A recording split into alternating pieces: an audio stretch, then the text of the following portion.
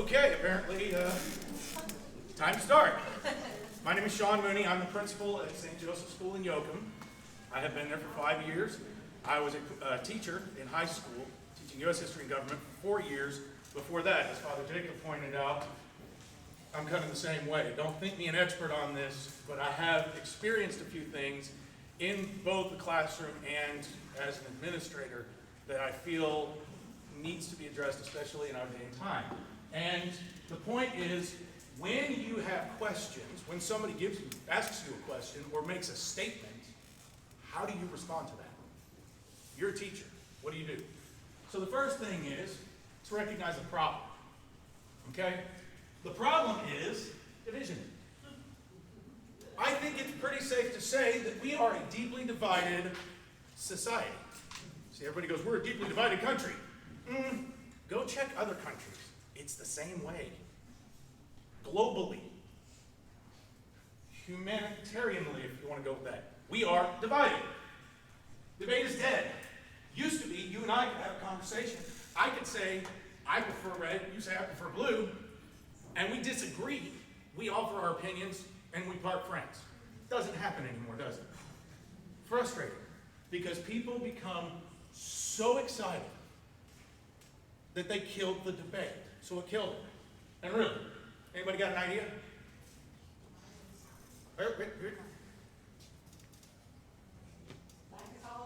Lack of tolerance.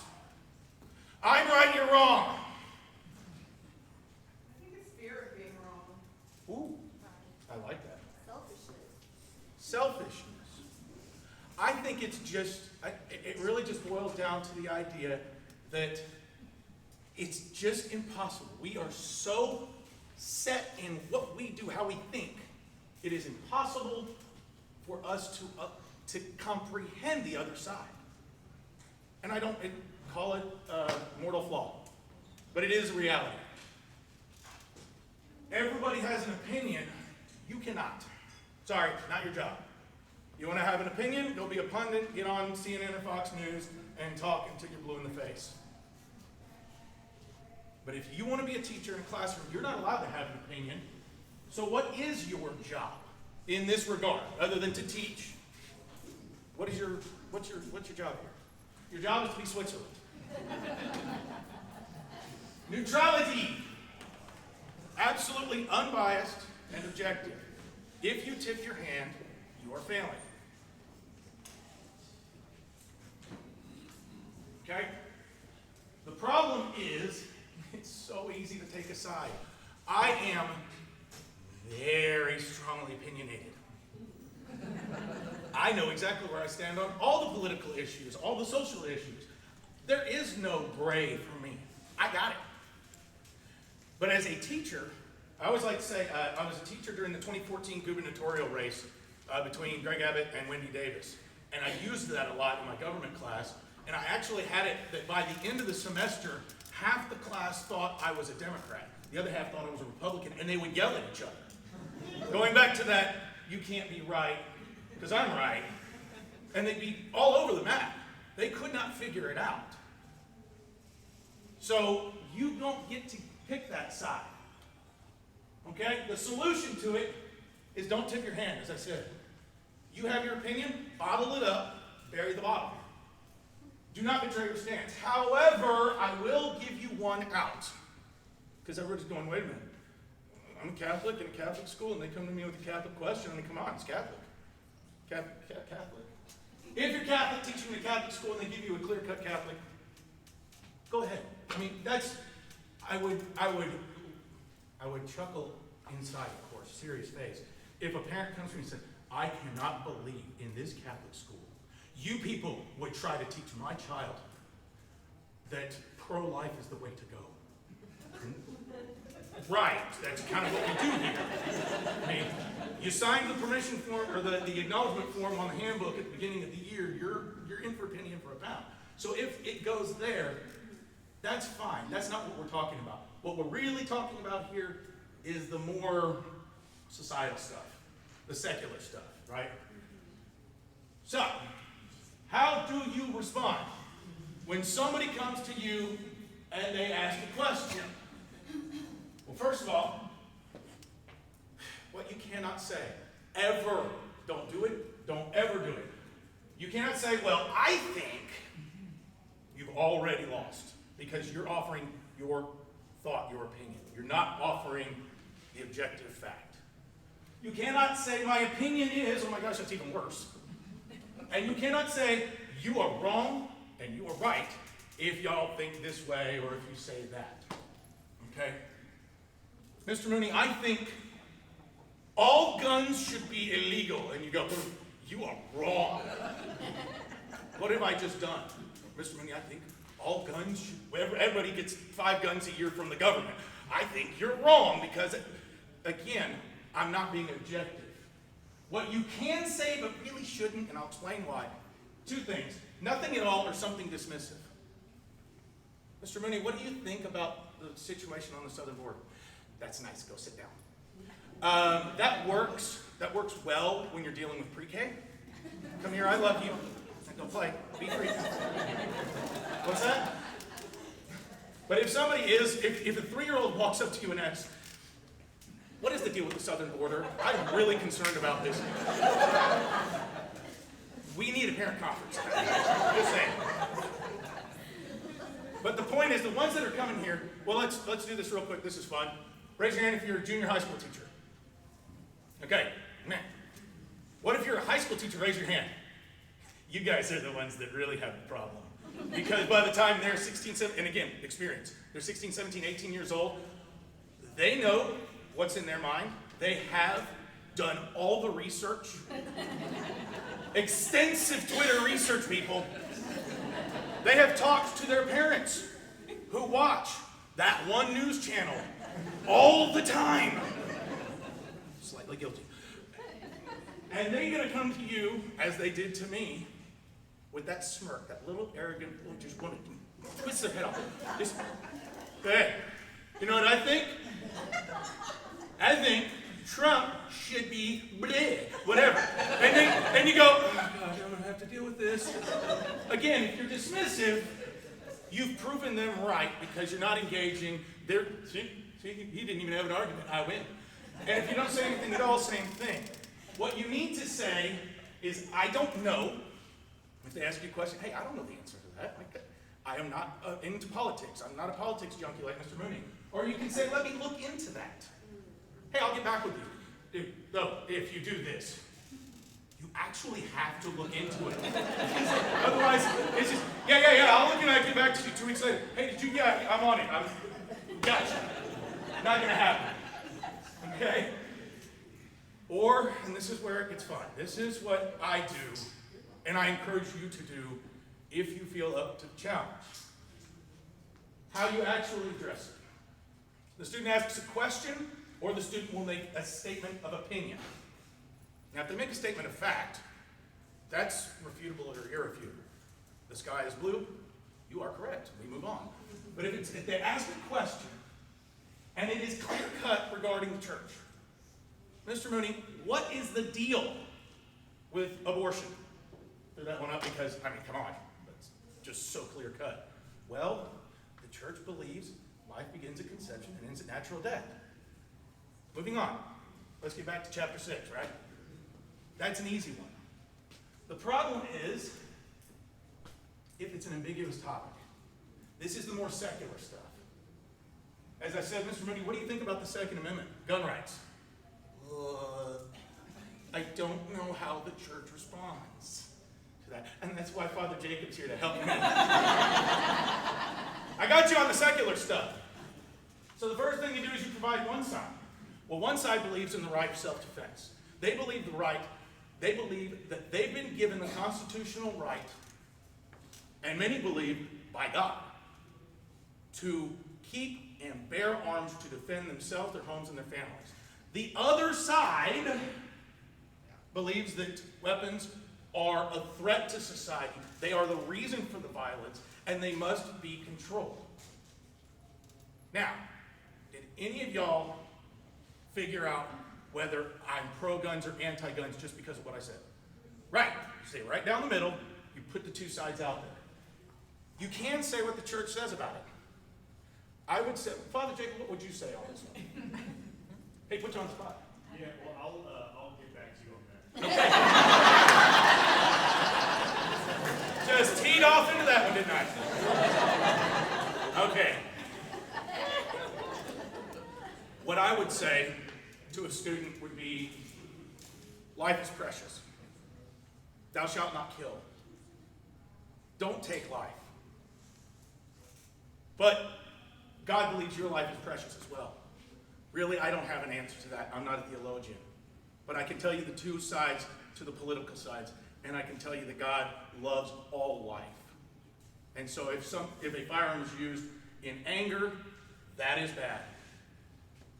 That's just it. If a firearm is used to take a life, it's difficult to reconcile with God loves all of us. So, again, you will get back to me with that, because I'm curious what you want to say about that. Now here's my favorite one. This is you high schoolers. And they'll do something, I had a student, I was telling a couple of y'all that I had a student, I showed the picture, World War II, Cologne Cathedral, the bombing of Cologne, city is absolutely flat and the cathedral standing there. Oh, it had chunks missing and windows blown out, but it was there, structurally intact. How cool is that, guys? And God at work, right? The cathedral is still there. This kid with a chip on his shoulder, he was at a Catholic school because mom didn't want him to get in with the bad crowd, but he was not there for the right reason, in my opinion. Ooh, I just gave an opinion. Yeah, well, Mr. Mooney, don't you think if there really was a God, maybe there wouldn't be the war in the first place? I handled that badly, by the way. But they're going to come at you with the arrogant stuff. They're going to try, some of them are going to try just to get under your skin because they know they can. What you do, you can play it safe. This is the safe play.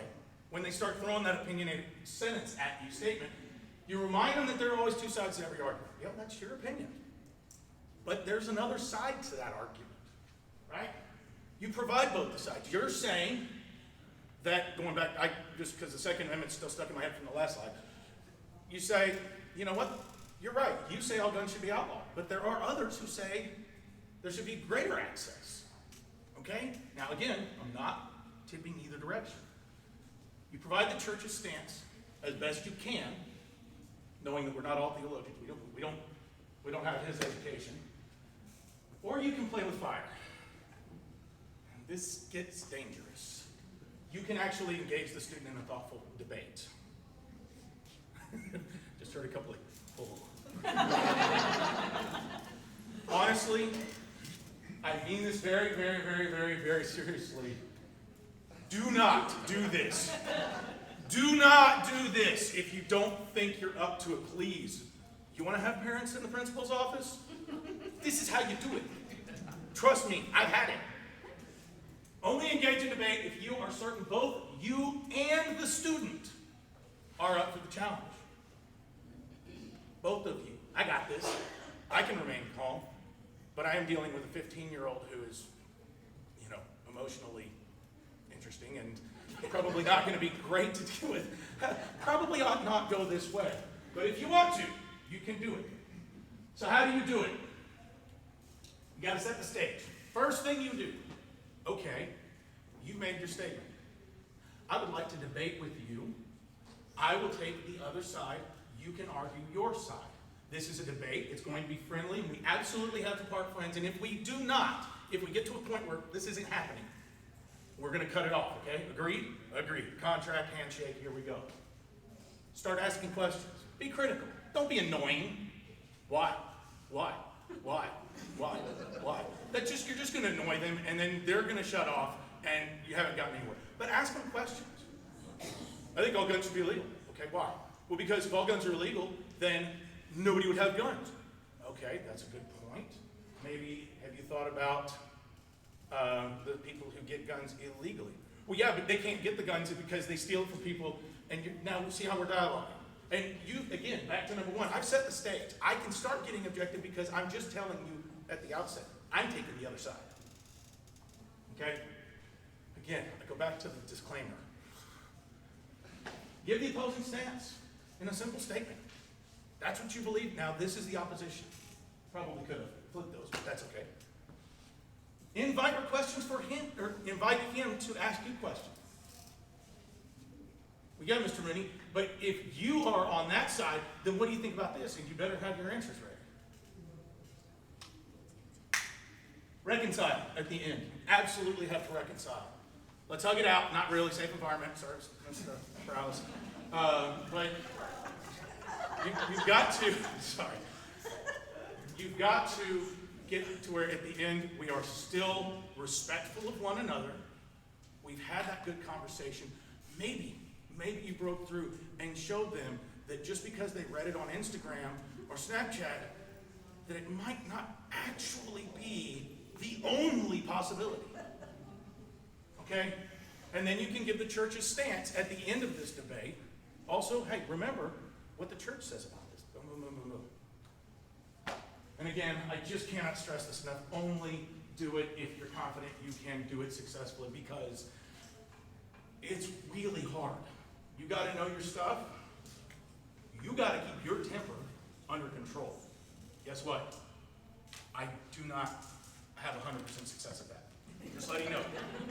And you've got to make sure that they stay under control, because what they're going to do, if you make them mad, they are actually going to go back to mom and dad and say, let me tell you what Mr. Mooney said. And they're going to give this incredibly skewed version of the conversation. Anybody enjoyed that before?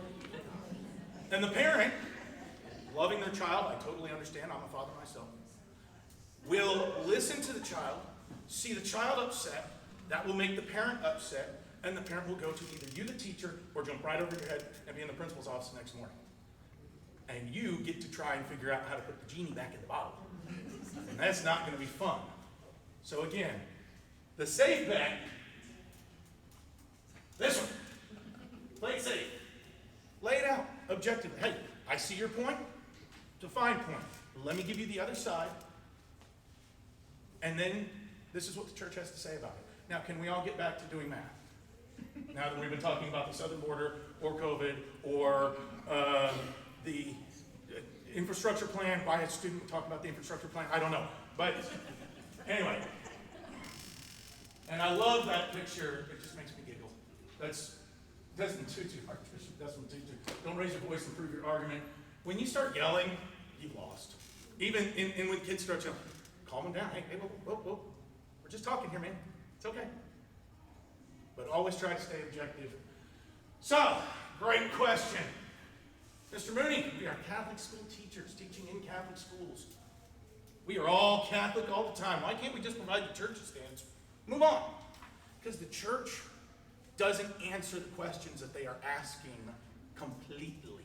It helps. But they need more, because they live in a world that is not entirely the faith, the church. Regrettably, right? I mean, I get that.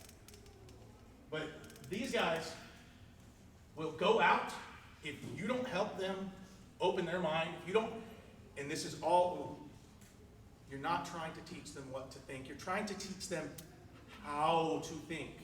And if you do not teach them how to think critically, how to address these issues on their own without bias in their hearts and in their minds, they're going to go out and they're going to get on that phone, and it's going to make it so much worse. And then you're going to have, and again, it's not just the phone, by the way. It's families, family members. Story, fun story. Here we go. First year, principal, November 2016. Ruh-roh. Had a teacher come to me, Mass Day, Wednesday, the day after the election. Teacher comes to me and says, we've got a problem. This young man, 5th grade, Hispanic, inconsolable. He was very sensitive, very sweet. We loved him a lot. He's inconsolable. Why is he inconsolable? Because the cute little 3rd grade cotton top boy ran into him in the hall and said, I guess now that Trump is president, you and your family are getting sent home, huh? Okay. Kind of gets me teary just thinking about that. How soul crushing. This kid did not say it with malice. He really didn't. He was honestly, wow, I guess you guys are all going back to your country then. Where are you getting that in 3rd grade? They don't have a phone at this point. So you're fighting quite a battle. And you really are doing them a disservice if you aren't trying to help them learn how to think openly about all the sides without trying to shove them into one corner and then look at that and say, you see this? This is where we are right here. They are wrong. That's the problem. Okay? So what could go wrong with this exercise? I really hope that would take a lot longer and I wouldn't have time for this. But I talk fast. Let's role play. I'm the teacher. You're the students. You get to ask me anything and I have to respond as I told you to. This is not a do as I say, not as I do situation. If there's something that maybe, and try and think, don't be that 18-year-old that just wants to get me riled up. Actually, I can use any of the methods I provided, and I will try to give it, we. I remember writing that. I wrote, I will, oh, no. We will give the church a stance. But if you get too inappropriate, if you ask me something where the content is not cool, or if you're just trying to be confrontational, you're going to go to detention, and I'm moving on. Because that's what I would do in that situation anyway. You know what? Lunch detention, I'm tired of that. But if somebody comes to me with a genuine concern, genuine interest in the situation, then we're going to address that. So, try and flip it back on. Think about some of those questions that you've been completely blindsided. Okay, guys, when we're talking about triangles, what's the deal with the southern border? You're like, triangles. But you feel like you still need to address it because now all the other kids are going, no, I heard about that. You know, my dad said, oh gosh. So, anybody got anything? Yeah, well, we got first. Oh, no. Coach Harper, my athletic director. Yikes. What is the church's stance on critical race theory? What is the church's stance on critical race theory? Can I start by giving the two sides? Absolutely. Thank you. Does anybody not well, I don't want to out you. Raise my hand. If you don't know what critical race theory is, it is a new thing that is being taught in certain schools across the nation that is addressing the racial inequality or racial inequity, depending on the definition, between white people and people of color. Okay, now, two sides. One side is saying, we need to teach more of this, because it has always been, what as a student in history in college, it's always been rich white man's history, right? We've marginalized the minorities. We need to bring that back up. We need to really focus on this. The other side says, yes, but you're focusing on it by making whites oppressors from birth. That's one thing that I've heard, right? But I've also heard, no, it's not about oppressors from birth. It's about really focusing on all races. And you get into race. So thank you for starting with this. First thing that you get called when somebody has a problem with your stance. You're a racist. I have found that a lot of times they don't even know what the word racist means. It's just something that they draw like a pistol. It's just, stop it. So, those are the two sides. Yeah, I guess I don't know if the church really has a clear-cut definition on critical race theory, because, I mean, from what I know about it, it seems very new, at least to me. It's definitely not addressed in the catechism or in scripture. But whenever there are things, and there's a lot of things like that in the world that aren't directly addressed in the content of our church's teaching, what we then do is look to principles, like underlying principles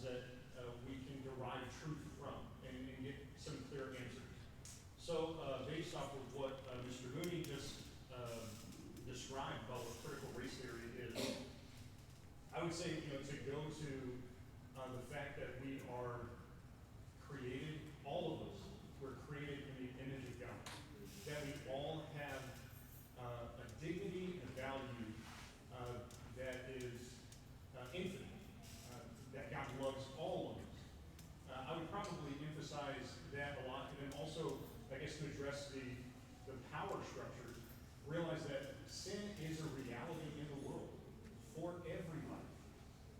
And all throughout history, there have been people in charge of others who have abused their power and their freedom, going all the way back to Adam and Eve when they were put in charge of all of creation, and then they abused it and they broke it. So the solution is the way the church would see the solution to sin is Jesus Christ. He's the one who died for us, even when we were still stuck in our sinfulness, and then rose again to open up a way to heaven, but also sent His Spirit to unite all of us, to make us a new thing that transcends race, ethnicity, background. And St. Paul talked about it in one of the letters. We sing it all the time, one of those songs. We are one body. There is no Jew or Greek, male or female. We are all one in Christ Jesus now. So that's probably the way the church would see it. It all goes back to the Lord. You know what I love about that? It was long. Just run the clock out. I'm kidding. No, I'm kidding. I'm kidding.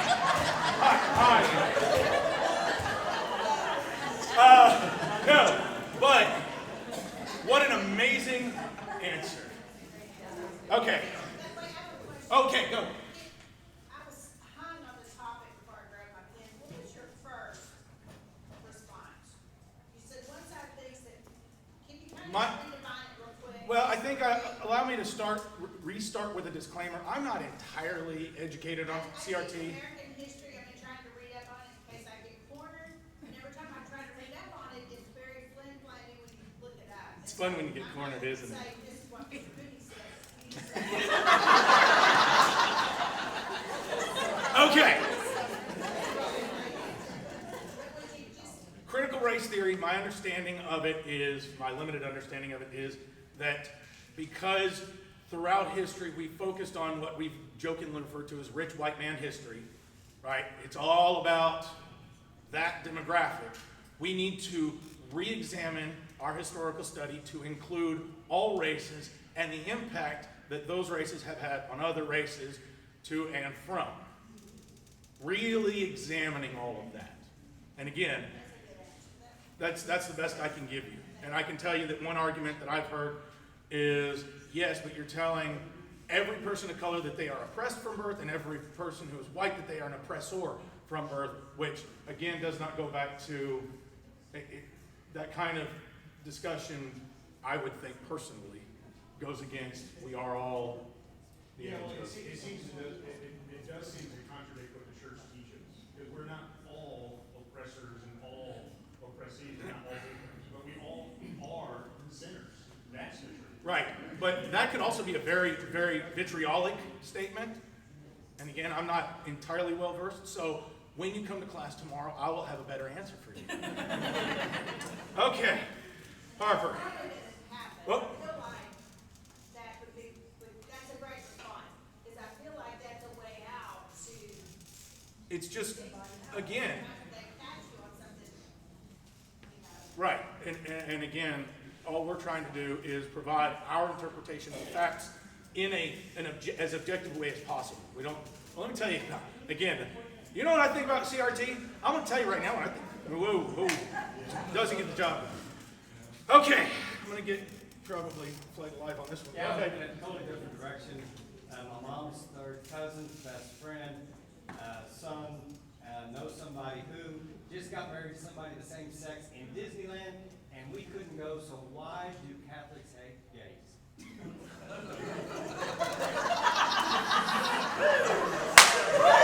My athletic director, ladies and gentlemen. Okay. As they say on the news, it's a lot to unpack there. I think the answer is simple, but go ahead. Okay.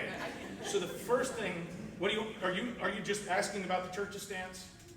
Yes. Or why they felt that they could? How would you address it in the classroom? First of all, the church doesn't hate gays. And if you are told that, you are misled. Right? That's the bottom line. Hate the sin, love the sinner. Is the simple way. Okay, fine. That's a good way to say it too. Hate the sin, love the sinner. But I've had a similar question from a student. Why? Why can't two people get married? Well, because marriage, man, woman, God does not hate gay people. He doesn't like the sin, but he loves the sinner, as you said. That's perfect. See, I didn't even need you that time. That was great. Okay, let's try this again. Come on, hit me. Why does the vaccine have a chip in it?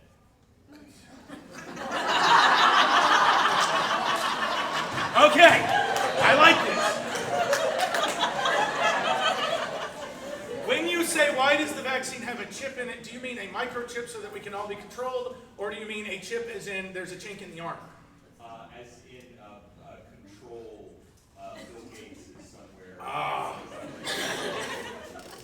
What I would say to a student is, I will have to double check and look into that, but I have not seen anything credible to support that microchips or chipping is being injected into you with the vaccine. You can't back out of that one. When it just seems like, you can take off the tinfoil hat there, it's okay. Chemtrails and the moon landing was fake, and I'm sure y'all have opinions on that. Oh, sorry. But can I rephrase your question to something that might actually be something that you might run into? Why do I have to take a vaccine?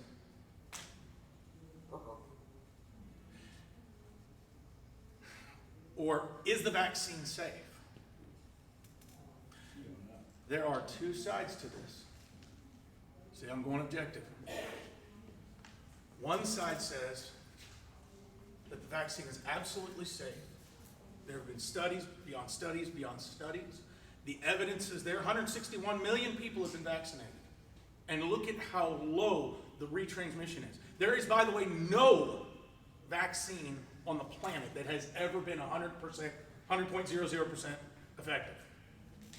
So there can be what we're calling the breakthrough transmissions. That can happen. However, I recognize the concern and the hesitance on the other side. I'm trying to stay objective here. But when both sides of the aisle have so hotly politicized all of it around it? Wow, I'm a teacher.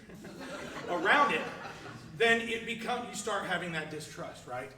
I think the best thing to do, perhaps you, the student, and I, the teacher, we can sit down and we can look up some things, and maybe you can make up your own mind. But I'm not going to be here to tell you one way or the other about it. And the church did come out with some documents clarifying things that they are permissible to take, and basically left us up to make our own decision, from what I understand from the church's teaching. It's not contrary. The vaccines are the way that they were produced. There is one of them that maybe they would say stay away from that one if you had a choice. But the main thing is your personal health and the health of those around you. It's permissible, but the church doesn't say you have to do it. Right. And the church doesn't say it's wrong if you do, it's wrong if you don't. They're not offering that subjective opinion. They're just saying what is permissible. Yeah, COVID is, gosh, that's one of those super divided things.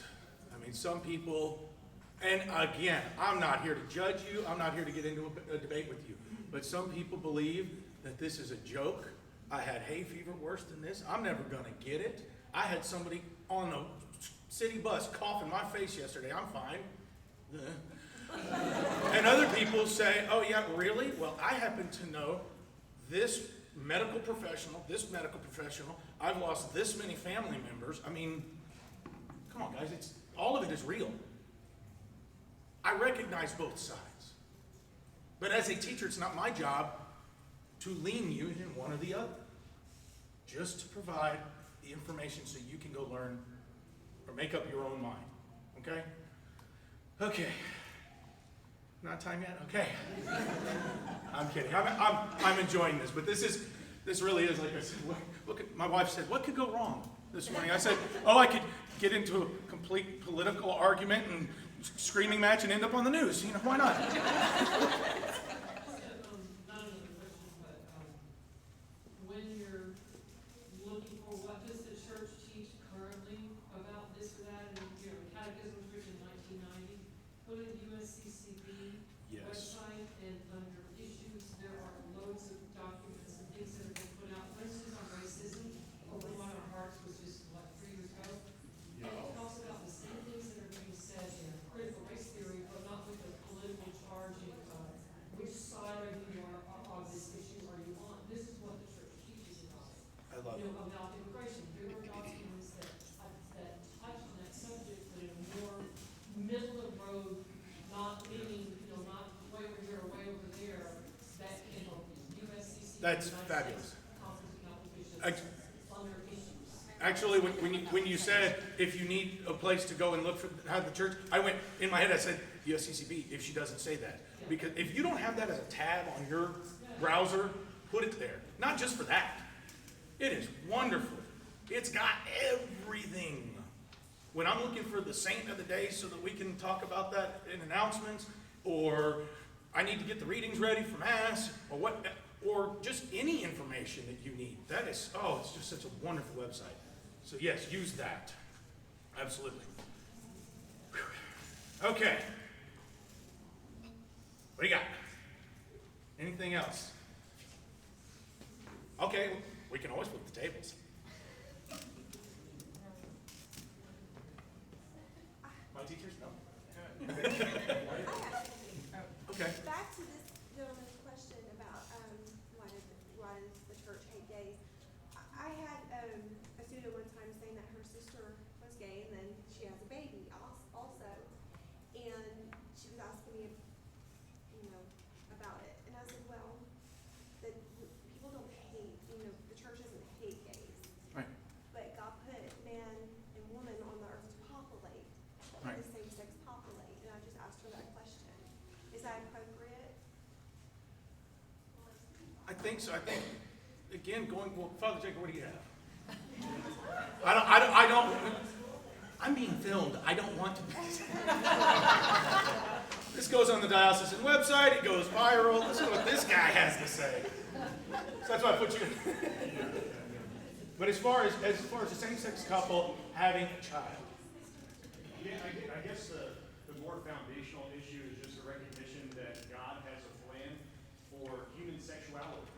And it's a good plan, it's for our benefit and good. And that's the way the church sees it. There's good news about the way our bodies are made and what they are for.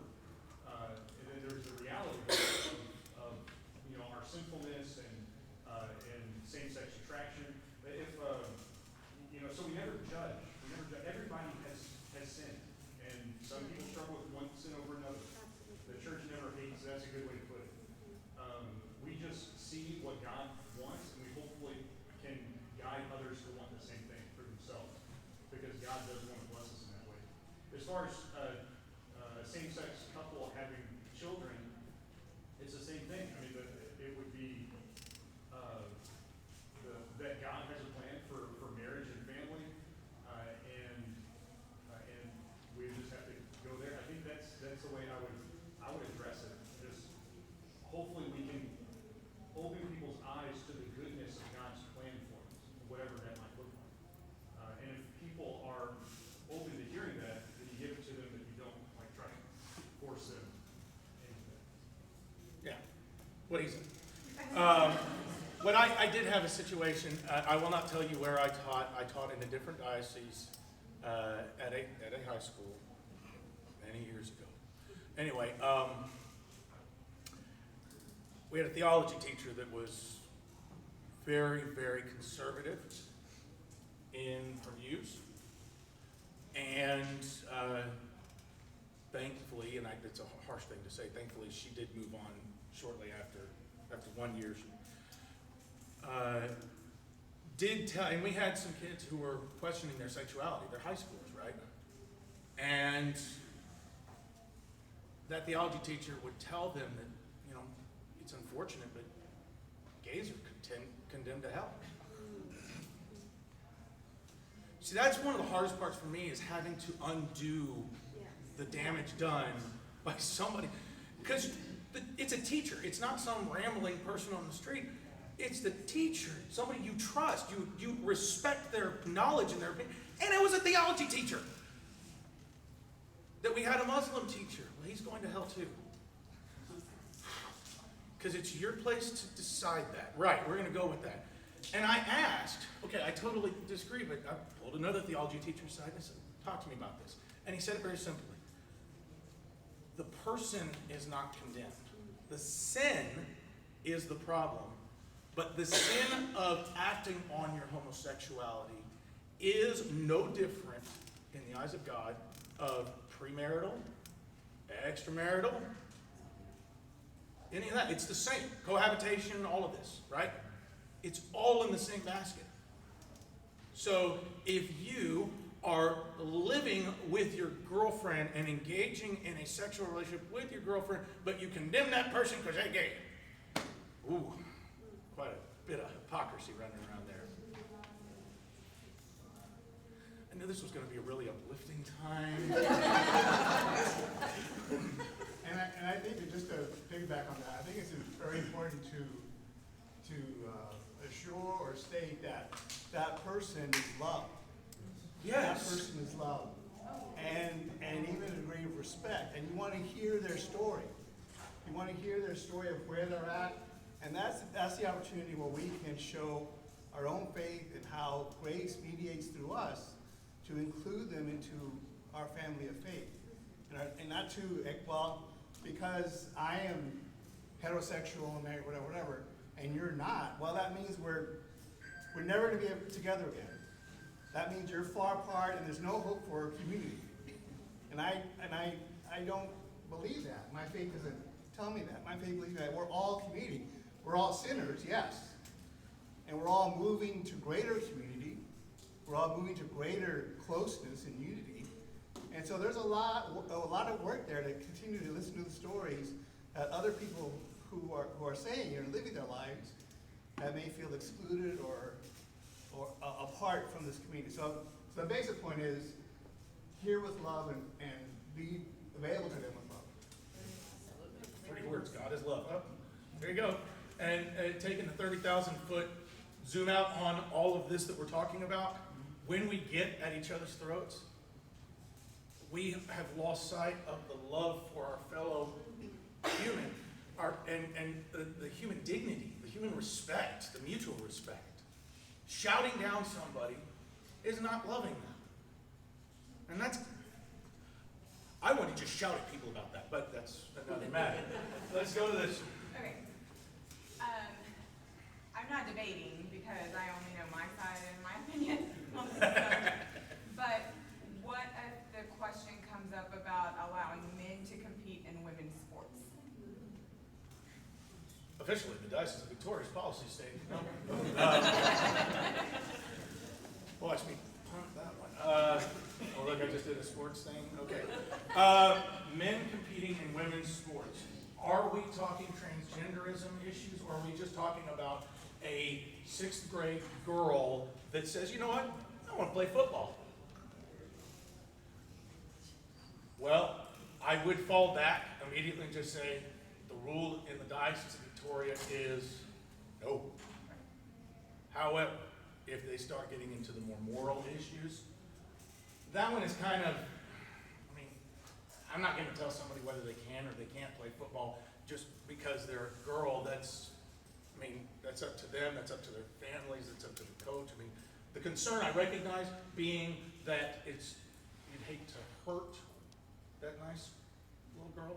But the other side is why does she get a pass? She's just as tough as, sometimes tougher than the boys. Now on the transgender issue, since I'm glad you asked.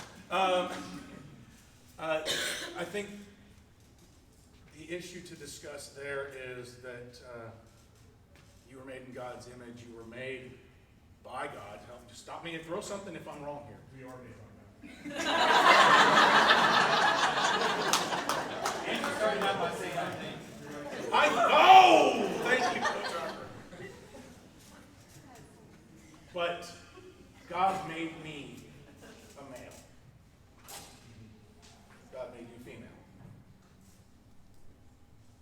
That's all I would really look at that.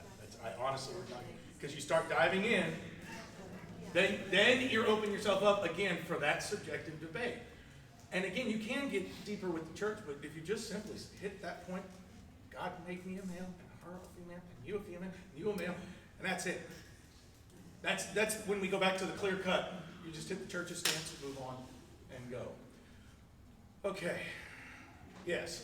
On the feedback on that, actually, this came up last year and I was able to avoid it. Sorry, no, it was a year. Question, I was able to avoid it last year. Well, it said something along the lines of, well, we're taught in the Bible that there's male and female, but now you have this whole issue with transgenders. Does that mean that God's not perfect, that he makes mistakes now? I was able to avoid that one. Okay. So your statement is, does that mean that God is not perfect because now we have transgenderism? That he makes mistakes, yes. That God made a mistake? Yes. That God created this male infant, born a male, who grew up and said, you know what? I am not a male. I am a female, and I was made wrong. Therefore, God has erred? Yes, that's what the question kind of was, yes. I'm sorry. No. Again, God made that child male. And God is infallible. I don't know how else to say it other than just give the church's stance on that. And the gender fluidity, and the today I'm a male, and tomorrow I honestly can't even keep track of all of that. Yeah, God. so what I would add. Thank you. Is, yeah, God did make us male or female, and that's part of his plan, and it's good, he's good. But he also invites us to trust him in that, our masculinity or femininity is an invitation, it's a vocation to live that out in the plan that he has for us. And that will lead to our complete and total fulfillment. But trusting our emotions or our inner thoughts aren't always the best thing. We have passions in us that can be incorrect. They are because, as I said, we're sinners. There's all kinds of emotions and things that will lead us down the wrong track, and that is possible for everybody. And anytime that we're following passions or emotions that are contrary to God's will, we're invited to come back and try to look at his plan again and see what is it that he wants for me. And whenever we look at our own bodies, we can see that maybe he's calling me to be a man or a woman, and what that might mean. But to just trust and to follow him in that. That's maybe how I would put it. And if you really needed to get into the compassionate answer that I'm going to hit both sides. One side says, man, woman, that's it. You are what you are. Your biology is your biology. The other side says that perhaps there's something more to that. And again, as I'm not a doctor, I can't expound on it, but there are people who truly have feelings. And one thing we could do is respect those feelings, even though we go this way. We love you. What about?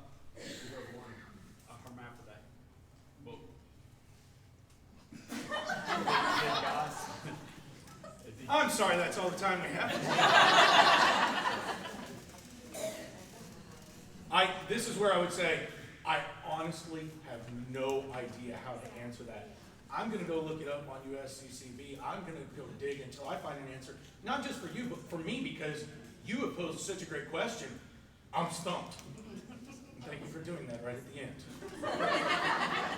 Yeah, even for that person, they are created by God. They're loved. He has a plan for them, whoever it is, and they have to discern the will of God. They're also called to sexual morality and purity, and whatever that might look like for them in their heart, in their bodies, and following God's will in that will lead them to fulfillment, even for them. Excellent. Okay, well, I think, thankfully, in the end, as I said in my government class, if you're successful, they cannot figure out where you lean. If you are successful, your job, very simply, do not fail. Because I guess that's better, try not to fail, because we all stumble, but if the kids go home and say, I cannot believe Mr. Mooney is such a liberal, or Mr. Mooney's like a hardcore conservative, I have not done my job, because obviously I have tried to project my thoughts, my opinions, really, on that student. And that's where we truly fail. So, are there any questions? Since we just really went down the rabbit hole. Okay, well, thank you very much for coming, and